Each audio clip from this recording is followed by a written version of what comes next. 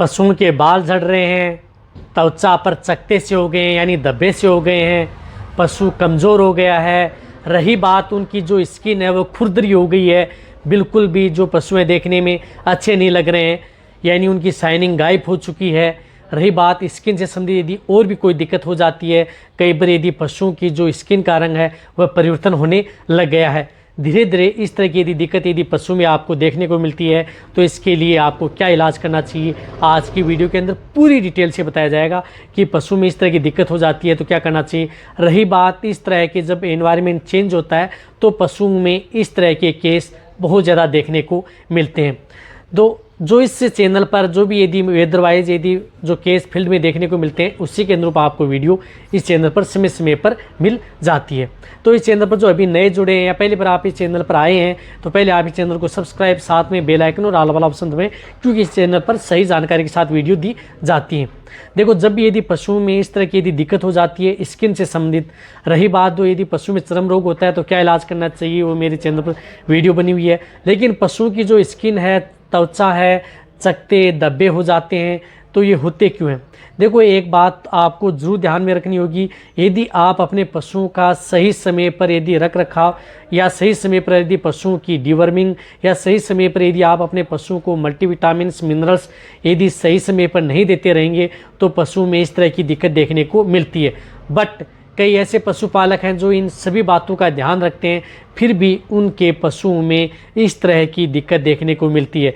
तो ये कई बार किसी भी तरह से इन्फेक्शन हो सकता है, बैक्टीरियल भी हो सकता है, फंगल भी हो सकता है, वायरल इन्फेक्टेड की वजह से भी हो सकता है, कई बार एनवायरनमेंट चेंज की वजह से भी पशुओं में इस तरह की दिक्कत देखने को मिल जाती है। और रही बात इस तरह की दिक्कत से पशु क्या होता है कि धीरे धीरे कमज़ोर होता जाता है, और इससे आपके पशु में कई बार आपने देखा होगा कि एक्सटर्नल पैरासाइट होते हैं, इंटरनल पैरासाइट होते हैं, उसकी वजह से पशुओं में ब्लड के अंदर आरबीसी की मात्रा कम हो जाती है, कई बार एनीमिया से भी ग्रसित पशु हो जाते हैं। क्योंकि ये कई बार इस तरह की दिक्कत है पैरासाइट की वजह से भी हो सकती है, इंटरनल व एक्सटर्नल पैरासाइट की वजह से। तो इस तरह की यदि दिक्कत पशु में हो जाती है तो इसके लिए क्या इलाज करना चाहिए, कौन सी दवा का उपयोग करना चाहिए, किस तरह के इंजेक्शन पशुओं को लगाने चाहिए, उनके बारे में आज की वीडियो में डिटेल से बताया जाएगा। वो भी मैं आपको मेरी टेबल पर लेकर करके लाइव दिखाऊंगा कि इस तरह के इंजेक्शन यदि आप अपने पशुओं में अपने पशु चिकित्सक के द्वारा यदि प्रयोग करवा लेंगे तो आप अपने पशुओं को आसानी से अन्य बीमारियां होने से भी बचा सकते हैं, क्योंकि इस तरह की दिक्कत से आपके पशु में कई बार अन्य बीमारियां भी पैदा हो सकती हैं। तो कौन सी दवा आती है वह मैं आपको मेरी टेबल पर लेकर के चलता हूँ। जो आपको मेरी टेबल के ऊपर जो ट्रीटमेंट दिख रहा है, इस तरह का ट्रीटमेंट उन पशुओं में किया जाता है यदि पशुओं में स्किन से संबंधित इस तरह की यदि दिक्कत हो जाती है तो बाल झड़ रहे। सबसे पहले तो आपको मैं बताना चाहता हूं कि इसके आप अपने पशुओं को लिवामाइसोल इंजेक्शन का ज़रूर प्रयोग करवाएं। जो लिवामाइसोल इंजेक्शन आता है, जिस तरह से ये लिवामाइसोल हाइड्रोक्लोराइड इंजेक्शन का प्रयोग उन पशुओं में ज़रूर करवाएं। इसकी डोज होती है 1 ml पर 30 kg बॉडी वेट सबकट। ये इंजेक्शन क्या करता है कि पशुओं को जो इंटरनल पैरासाइट हैं, साथ साथ में पशुओं की इम्यूनिटी बढ़ाने में सहायक होता है, जो पशु कमज़ोर हो चुके हैं और स्किन से संबंधित यानी चर्म रोग से संबंधित यदि पशुओं में किसी तरह की दिक्कत है तो उन बीमारियों में इस इंजेक्शन का बहुत ही बड़ा रोल होता है। तो ये इंजेक्शन पशुओं में आप लगा सकते हैं। रही बात, ये एक तरह का टीका ही है, आप अपने सभी पशुओं में इस इंजेक्शन का प्रयोग करवा सकते हैं जितने पशु रखते हैं, चाहे प्रेग्नेंट हो या नॉन प्रेग्नेंट हो। जिन पशुओं का वजन यदि 30 kg है तो आप 1 ml का प्रयोग करवा सकते हैं, 60 kg है तो 2 ml। इसी तरह से जिन पशुओं का वजन 300 kg है तो आप 10 ml सबकट आप एक डोज इस इंजेक्शन की भी उन पशुओं में ज़रूर लगवा लें। ये इंजेक्शन आप कभी भी जब पशु में इस तरह की दिक्कत है तो लगवा सकते हैं। अब साथ में इन इंजेक्शनों के अलावा कौन से सबसे ज़्यादा जो मेन इंजेक्शन है जो पशु में स्किन से इस तरह की यदि दिक्कत हो जाती है तो बेटर रिजल्ट के लिए आपको ये जो ड्यूरामेक्ट इंजेक्शन आता है, जिसके अंदर साल्ट आता है डोरामेक्टिन, जिस तरह से जेनिक्स का आता है या डोरामेक्टिन साल्ट का अदर कंपनी का जो इंजेक्शन आता है, उन इंजेक्शनों का प्रयोग अपने पशुओं में जो जितने भी जो इंजेक्शन बता रहा हूँ इन सभी इंजेक्शनों का प्रयोग यदि नज़दीक यदि वेटरनरियन है उनसे संपर्क में आकर के ये इंजेक्शन पशुओं में लगवा सकते हैं।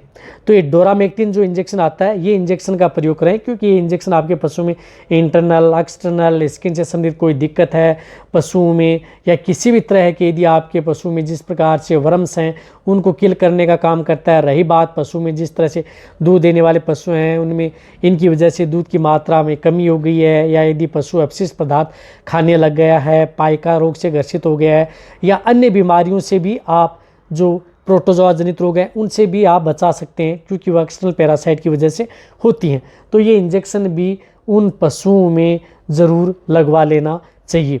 रही बात इस इंजेक्शन की डोज, तो इस इंजेक्शन की डोज होती है 1 ml पर 50 kg बॉडी वेट।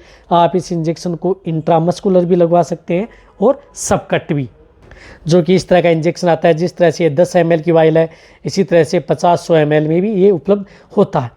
तो ये इंजेक्शन आप उन पशुओं में एक सिंगल डोज आप ज़रूर प्रयोग करवाएं। अब इस तरह के कमेंट्स आ सकते हैं कि सर लिवामाइसोल और डोरामेक्टिन इंजेक्शन हम एक साथ लगवा सकते हैं क्या? लिवामाइसोल इंजेक्शन यदि आप बैटरी जेल लेना चाहते हैं तो 5 से 10 दिन पहले पशुओं को लगवा लें, या उसके बाद में आप डोरामेक्टिन इंजेक्शन लगाएं, आपको बहुत ही अच्छा रिजल्ट देखने को मिलेगा। लेकिन इस तरह के केस में आपको ये इंजेक्शन पशुओं को लगवाना ही होगा।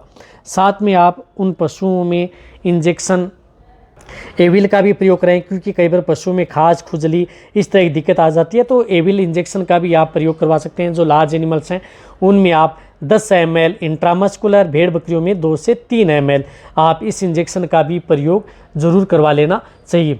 अब रही बात यदि पशुओं में कई बार इस तरह की दिक्कत हो जाती है कि जो स्किन का रंग है वो परिवर्तित होता रहता है, जैसे ब्लैक है या लाल रंग की है, वो धीरे धीरे अलग कलर में आ जाती है, तो रंग परिवर्तन जिन पशुओं में हो रहा है चमड़ी में, तो आप उसमें आप कुरान इंजेक्शन है, इस इंजेक्शन का भी प्रयोग कर सकते हैं, कॉपर प्लस ग्लाइसिन चिलेट। इस इंजेक्शन को सबकट जो लार्ज एनिमल्स आते हैं 3 ml सबकट इंजेक्शन का प्रयोग कर सकते हैं, छोटे हैं तो 1 ml। लेकिन ये इंजेक्शन आप तभी लगाना जब आपको लगे कि पशुओं के शरीर में कॉपर डेफिशिएंसी है, या पशु कमज़ोर हो चुका है, एनीमिया की है, पशुओं में खून की भी कमी आ चुकी है, तो आप इस इंजेक्शन का प्रयोग उन पशुओं में साथ में कराएंगे तो बहुत ही अच्छा। रही बात ये इंजेक्शन भी सबकट ही लगता है। रही बात ये इंजेक्शन आगे वाले ऐसे हैं, शरीर जो गर्दन के पास ब्रिस्केट है उसके पास आसपास जो स्किन लूज होती है वहाँ पर आप इस इंजेक्शन का प्रयोग करवा सकते हैं। तो ये इंजेक्शन यदि आप प्रयोग कराएंगे, मेन इंजेक्शन आप लिवामाइसोल, डोरामेक्टिन और CPM इंजेक्शन का प्रयोग कराएं। यदि पशु कमज़ोर हो चुका है, एनीमिया है, तभी आप इस जो कुरान इंजेक्शन है इस इंजेक्शन का प्रयोग करें। फुल ट्रीटमेंट आपको बताया गया है, लेकिन इनके साथ साथ आपको कुछ इस तरह की मल्टीविटामिन भी आपको साथ में देने हैं। जिस तरह से वाइटामिन एस आती है, इसका प्रयोग करा सकते हैं उन पशुओं में, स्किन से संबंधित बहुत ही शाइनिंग आएगी पशुओं में। 10 से 20 ml, छोटे में 5 से 7 ml। वाइटामिन एस नहीं मिल रहा है तो आप मल्टी स्टार का भी प्रयोग करवा सकते हैं। इन दोनों में से कोई सा भी आप जो लिक्विड है वह आप अपने पशुओं में जो बाल झड़ रहे हैं उन पशुओं को यदि लंबे समय तक देंगे, 20 ml बड़े पशु में, मीडियम में 10 ml, छोटे में 2 से 5 ml कंटिन्यूटी दें, बहुत ही अच्छा रिजल्ट मिलेगा। ये इंजेक्शन लगाने के बाद में यदि आप ये टॉनिक भी साथ में देंगे तो आपके पशु में अलग ही शाइनिंग आएगी, आपका शरीर पशु मोटा तगड़ा और अच्छा रहेगा। तो ये वीडियो जितना हो सकता है पशुपालक वेटरनरी असिस्टेंट है उनके साथ शेयर करें। इसी तरह की वीडियो चाहिए नीचे जगह कमेंट में लिखें, आपको इसी तरह की वीडियो चैनल पर ऐसे ही मिलती रहेंगी। रही बात जो ये ट्रीटमेंट आपको बताया गया ये लगभग पशुओं के लिए प्रेगनेंसी सेफ भी है। थैंक्स, धन्यवाद।